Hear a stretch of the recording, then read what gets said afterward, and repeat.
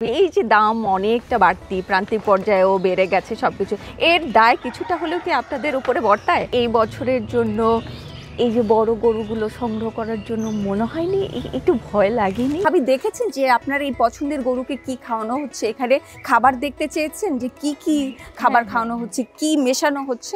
আমার গরুর মাথা এবং কুজ খুব ভালো হইতে হবে। এই সাইজের তো আসলে চোখে পড়ে না, তো আপনারা যারা খুঁজছেন তারা প্রয়াসে এসে দেখতে পারেন। আমাদের টার্গেট এই বছর ইনশাল্লাহ 350 প্লাস।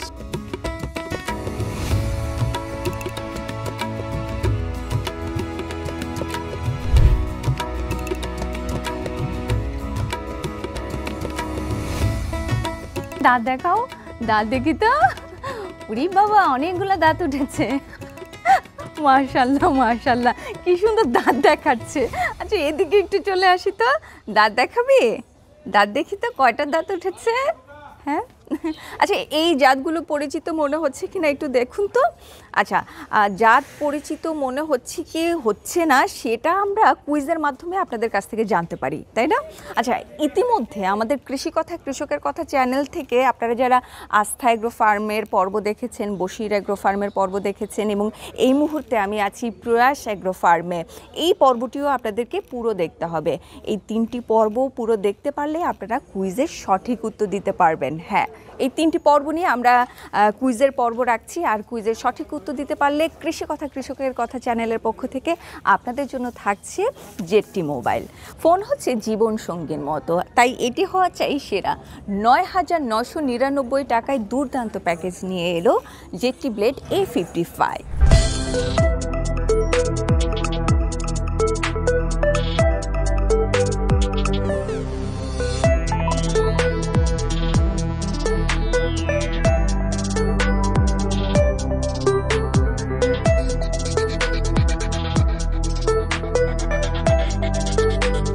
বলছিলাম এই মুহূর্তে আমি আছি প্রয়াস এগ্রো ফার্মে।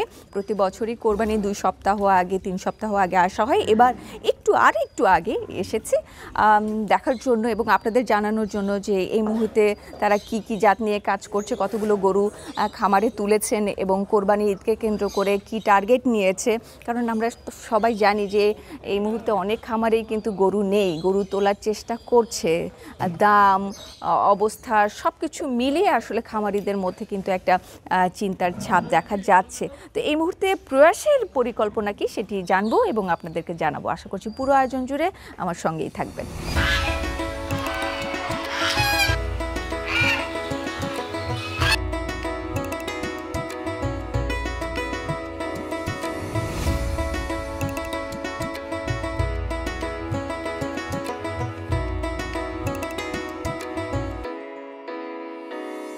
মৌসুম তো শুরু হয়েই গেছে আমার কাছে মনে হয়, আর বেশি সময় নেই, 4 থেকে 5 মাস, হ্যাঁ এরকম সময়। তো অনেক খামারে গরু সংগ্রহ এখনো করছে, তো সেদিক থেকে প্রয়াস একটু এগিয়ে আছে বলবো। আচ্ছা, প্রথমে কি একটু জানতে পারবো যে এই গরুগুলো আপনি সংগ্রহ করার জন্য কোন কোন জেলাকে টার্গেট করে থাকেন? আপু, এটা আসলে টার্গেট করা হয় গরু ওয়াইজ। যেমন হচ্ছে যদি আমি একটু ছোট গরু কালেক্ট করি বা মাঝারি গরু কালেক্ট করি, সেগুলো ম্যাক্সিমাম কালেক্ট করি উত্তরবঙ্গ, যেমন সিরাজগঞ্জ, রাজশাহী, পাবনা এই অঞ্চল থেকে। আর একটু যদি বড় গরু বলি, সেগুলো আমরা কালেক্ট করি চুয়াডাঙ্গা, কুষ্টিয়া, মেহেরপুর, ঝিনাইদহ সেদিকে। কারণ বড় গরু বা জাতের গরুর জন্য আমার ওই এরিয়ায় সিলেক্ট করতে হয় বেশি। জি জি, আলমডাঙ্গা, তাই না? হ্যাঁ, কুষ্টিয়া, ওইসব জায়গায় গরু না কিনতে গেলে আসলে মনের তৃপ্তি মিটে না। এই যে পছন্দ করে করে যে নিয়ে আসেন, কি দেখে আসলে সংগ্রহ করে থাকেন? যখন আমি গরু কালেক্ট করে নিয়ে আসি আমার এখানে, তখন আমি আগে চিন্তা করি আমার গরুটা পছন্দ হয় কিনা। সব গরু তো আমার পছন্দ হবে না, এটাই স্বাভাবিক। আমার যেটা পছন্দ না সেটা আমি আমার ক্লায়েন্টকে বাধ্য করে জোর করে দিতে পারি না। আগে আমি আমার পছন্দ চিন্তা করি, তারপর আমার ক্লায়েন্টের জন্য। যেমন বেশিরভাগই আমার যে ক্লায়েন্ট বেসটা তৈরি হয়েছে আল্লাহর রহমতে গত 6 বছরে, সেটাতে ফ্রিজিয়ান অস্ট্রাল যে ক্রস আছে সেটা ক্লায়েন্টটা খুবই কম, আমার নাই বলতেই চলে আপু। আমার গিরের কিছু পার্সেন্টেজ আছে, তাও কম, কিন্তু আমার শাহিওয়াল বলেন, সিন্ধি বলেন, দেশি বলেন, দেশাল বলেন, এগুলো ক্লায়েন্ট আল্লাহর রহমতে আমাদের প্রয়াসের ভালো। সেই দিকে আমি ফোকাস করেই আমি গরু কালেক্ট করি, এবং আমার মেইন টার্গেটই থাকে আপু আমার গরুর মাথা এবং কুজ খুব ভালো হইতে হবে, আমি এটার দিকে খুব বেশি ফোকাস করি আপু। তারপর হচ্ছে বডি স্ট্রাকচার তো অবশ্যই জাত আছে, সবকিছু উপর ডিপেন্ড জি, করে। কোরবানির ঈদেও এসে দেখেছি যে পরিবারের সবাই আসে, তো বাচ্চারা সাথে করে আসে এবং প্রথমে তারা তো রংটাকে পছন্দ করে, এর পরেরটা হচ্ছে কুজ বড় হ্যাঁ, হতে কুচ হবে। বড় এবং মাথার শিং টিং সব পারফেক্ট হতে হবে। এই যে বাচ্চা থেকে একদম দেখা গেছে কিছু রেডি গরুও নিয়ে আসেন পছন্দ হলে, তা আপনাদের খামারে নিয়ে এসে কোনটা সুবিধা হচ্ছে লালন পালন করে ক্রেতাদের হাতে পৌঁছে দিতে? অবশ্যই বাচ্চা, কারণ ও আমার খাদ্য অভ্যাসে আসতে সময়টা খুব কম নেয়।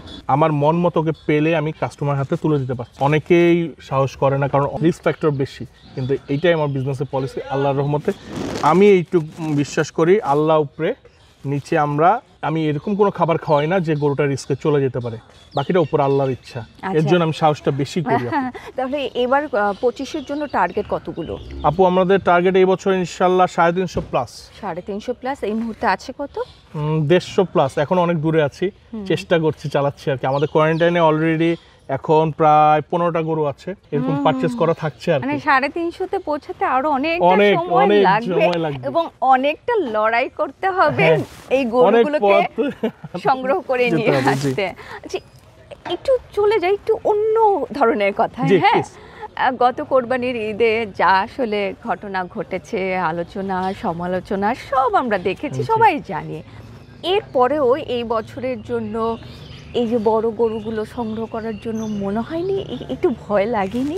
না আপু, আমি ওইভাবে ভয় পাইনি, কারণ আল্লাহর রহমতে আমি চেষ্টা করছি 2টা গরু সেল করে 3টা গরু কালেক্ট করে, 3টা গরু থেকে আবার 1টা গরু সেল করে আবার 2টা গরু কালেক্ট করে, মানে আমিও একটু আস্তে আস্তে গিয়েছি। 2 নাম্বার হচ্ছে আপু, আমি কিন্তু ওইরকম অনেক বেশি দামের গরু বিক্রি করি না। হ্যাঁ, হয়তো আমার এখানে 10 লাখ 15 লাখ টাকা পর্যন্ত আমার সর্বোচ্চ গরু থাকে। 15 লাখ টাকার গরু অত বড়ই হইতে হবে যে যেটা আসলে সামঞ্জস্যপূর্ণ, সেরকমই কিন্তু আমরা চেষ্টা করছি। যেমন 800 কেজি, 850 কেজি, 900 কেজি, কিন্তু আমি কিন্তু 20 লাখ 25 লাখের আমি দাম চাচ্ছি না। যেমন আমি সত্যি কথা বলতে, যখন প্রান্তিক খামারির কাছে আমরা যাই, একটা গরু ওরা 40 লাখ টাকা দাম চেয়ে ওদের বুক কাঁপে না, কিন্তু আমার কিন্তু খুব কাঁপে। যখন আমি ক্লায়েন্টকে 15 লাখ টাকায় দাম চাই, তখন কিন্তু আমার খুব কষ্ট হয়। কিন্তু আসলে আমার কেনাটা বেশি থাকে, জন্য আমাদের করতে হয়।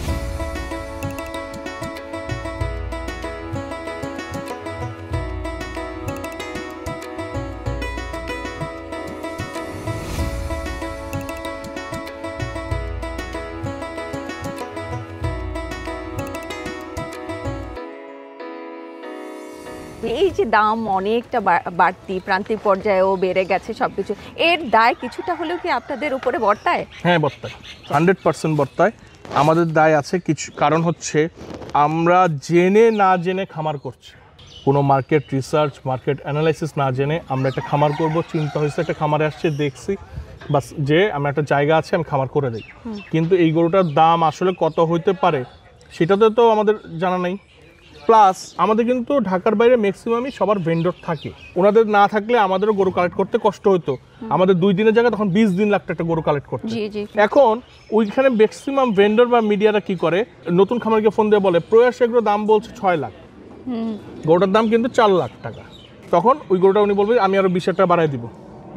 এই যে গরুটার দাম কিন্তু 4 লাখ, কিন্তু কিনে আনলো কত? 6,20,000, আরো 2 লাখ টাকা খরচ আছে, 8,20,000। উনি 8,20,000 পারবে গরুটা সেল করতে? আপু কখনোই না, হয়তো 2-1টা পারবে 20টার মধ্যে। হ্যাঁ, নতুন খামারের সাথে সাথে বড় খামারিরাও আছেন তো।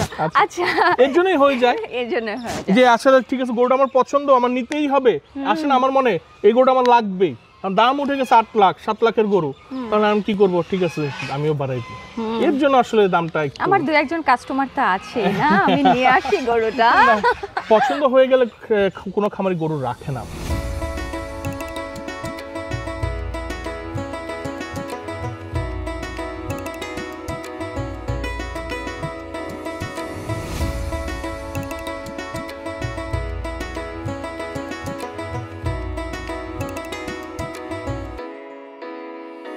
আচ্ছা, তো পছন্দ করে যাদের জন্য গরু কিনে এনেছেন তাদের উদ্দেশ্যে আমরা একটু গরুগুলো দেখাতে চাই। এই মুহূর্তে ওজন, দাম সবকিছু, মানে কেন এখন প্রয়াসে তারা আসবে, বুকিং দেবে, সেই বিষয়ে যদি একটু বলেন। প্রয়াসে আপু এখন এই মুহূর্তে 300 কেজি প্লাস থেকে 850 কেজি প্লাস আমরা ডেলিভারি দিব। এই গরুগুলো আছে, আরো ছোট আসবে, সেগুলো আমরা কালেক্ট করছি। এটা হচ্ছে আপু আমাদের প্রায় এখন 800 কেজি প্লাস আছে।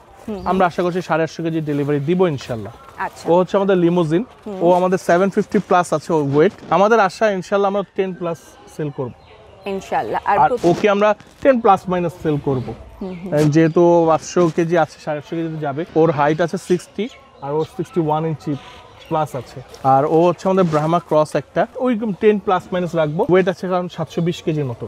ও একটা আরসিসি গরু আমাদের, red Chittagong cattle. Red Chittagong cattle normally আমরা মাঝারি সাইজের গরু পেয়েছি আমি, এখন পর্যন্ত এত বড় আমার হাতে আসেনি, এত বড়। এর জন্য ওকে আমি একটু কষ্ট করে হলেও কালেক্ট করেছি আর কি। এই গরুটাও আমরা 10 প্লাস রাখছি প্রাইস। আচ্ছা, আরসিসি যারা খুঁজছেন আসলে যেটি রিফাত ভাইয়া বললেন এই সাইজের তো আসলে চোখে পড়ে না, তো আপনারা যারা খুঁজছেন তারা প্রয়াসে এসে দেখতে পারেন। স্ক্রিনে কতটা বড় লাগছে সেটাও আমি জানি না, এখানে আসলে দেখতে পাবেন। ওর কুজো আছে মাশাআল্লাহ। এটা আমাদের গত বছরের গরু আপু। ওর ও এখন 750 কেজি আছে, 800 কেজি আমরা ডেলিভারি করবো ইনশাল্লাহ। আমরা ওর দাম 7.5 লাখ চাচ্ছি। আচ্ছা আস্কিং। আর ও হচ্ছে আমাদের বাটারের ওজন 700, আমরা আশা করছি 750 দিব ইনশাল্লাহ। ওর প্রাইস রাখছি আমরা 7 লক্ষ টাকা। 7 লক্ষ জি। আচ্ছা, এরপরে অ্যালবিনো আছে। এখন খামারে 2-3টি দেখা যায়, কোরবানি আসলে আমরা দেখতে পাই, এখানে এসে দেখলাম। এবং আমার কাছে একটি আছে। এই মহিষের আঁশটা কিন্তু নরমাল মহিষের চেয়ে চিকন। আচ্ছা, ফ্যাটটাও কম আসে, ওই জন্য প্রাধান্য বেশি দেয়। কেমন দাম চাইছে? ওর প্রাইস চাচ্ছি আপু আমরা 5.5 লক্ষ টাকা। 5.5 লক্ষ। আর কম হয়ে কত হতে পারে? 4.5 লাখ। এটা দেখি আপু, না আলোচনা সাপেক্ষে এত কমে আসবে না, কারণ আমরা আসলে খামারিরা ক্লায়েন্টদের কাছে এত কম বেশি দাম আস্কিং প্রাইস থাকে না। 10, 15, 20 হাজার টাকা আস্কিং প্রাইস বেশি থাকে। দেখতে দেখতে প্রয়াসের বয়স হলো আজকে এই বছর নিয়ে 7 বছর। 7 বছর। তো এই 7 বছরে কি এখনো মানে নিজেকে কি মনে হয়, খামারি হয়ে উঠতে পেরেছেন নাকি ব্যবসায়ী আছেন? এখনো উঠতে পারিনি পুরোপুরি, এখনো জানার অনেক কিছু আছে। ব্যবসায়ীও না আপু, ব্যবসায়ীও হতে পারিনি। আমার এখনো প্রজেক্ট এখনো ইয়াতে আসেনি, তো আশা করছি ইনশাল্লাহ একজন সফল খামারি এবং সফল ব্যবসায়ী হয়ে উঠবো ইনশাল্লাহ। ইনশাল্লাহ।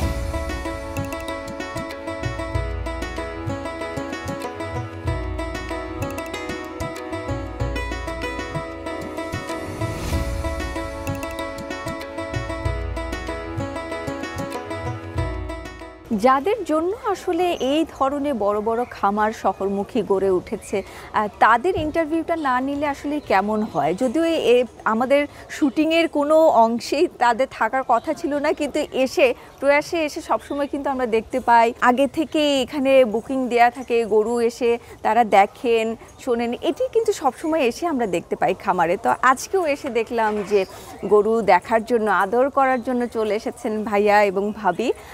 তাদের সাথে একটু কথা বলতে চাইছি আমি এই পর্যায়ে। প্রথমেই জানতে চাই কেমন আছেন? জি আলহামদুলিল্লাহ, আল্লাহর রহমতে আছি ভালো। আচ্ছা আচ্ছা ভাবি, গরু দেখে কেমন লাগছে? সুস্থ আছে ওরা? হ্যাঁ সুস্থ আছে।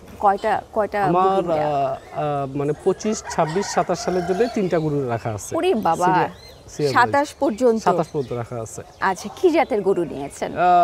একটা আছে ব্রাহ্মা আর 2টা হলো শাহিওয়াল। শাহিওয়াল, আচ্ছা, মানে পছন্দের তালিকায় এই দুটো। হ্যাঁ, ব্রাহ্মা ক্রস আর একটা শাহিওয়াল। আচ্ছা, ভাবির কাছ থেকে আমরা শুনি যে কোনটা বেশি পছন্দ, ব্রাহ্মা নাকি শাহিওয়াল? শাহিওয়ালও ভালো লাগে, তবে ব্রাহ্মা হলো কি ওর বেশি পছন্দ। আচ্ছা, আমাকে প্রশ্ন করেন আমার কোনটা পছন্দ। আচ্ছা, আপনার কোনটা পছন্দ?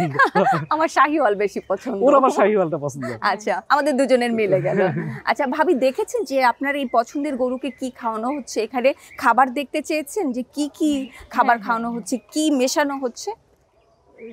দানাদার খাবারগুলো দিচ্ছে, হ্যাঁ, তারপর হলো কি কাঁচা ঘাস দিচ্ছে, তারপরে বিভিন্ন ভ্যাকসিন দেওয়া হচ্ছে। প্রয়াস থেকে ওনারা ক্যামেরা অ্যাক্সেস দিয়ে দেয়, যারা যারা গরু কিনে ক্যামেরা অ্যাক্সেস দেয়। সবগুলি সেটারই কিন্তু আমি অ্যাক্সেস আছে, এবং কখন কি খাবার দেয়, যেমন সাইলেন্স দেয় আমি দেখছি, তারপরে দানাদার খাবার দেয় সেটাও আমি ফলো করছি। কিন্তু আপনার দানাদার খাবারে কি কি মিক্স করছে এটা আমি সত্যি কথা বলতে কি এটা আমি জানি না। আচ্ছা, আমি আজকে বলে দিলাম, আজকে আপনি জেনে যাবেন। হ্যাঁ, অবশ্যই জেনে যাবো, জিজ্ঞেস করবো। অসংখ্য ধন্যবাদ।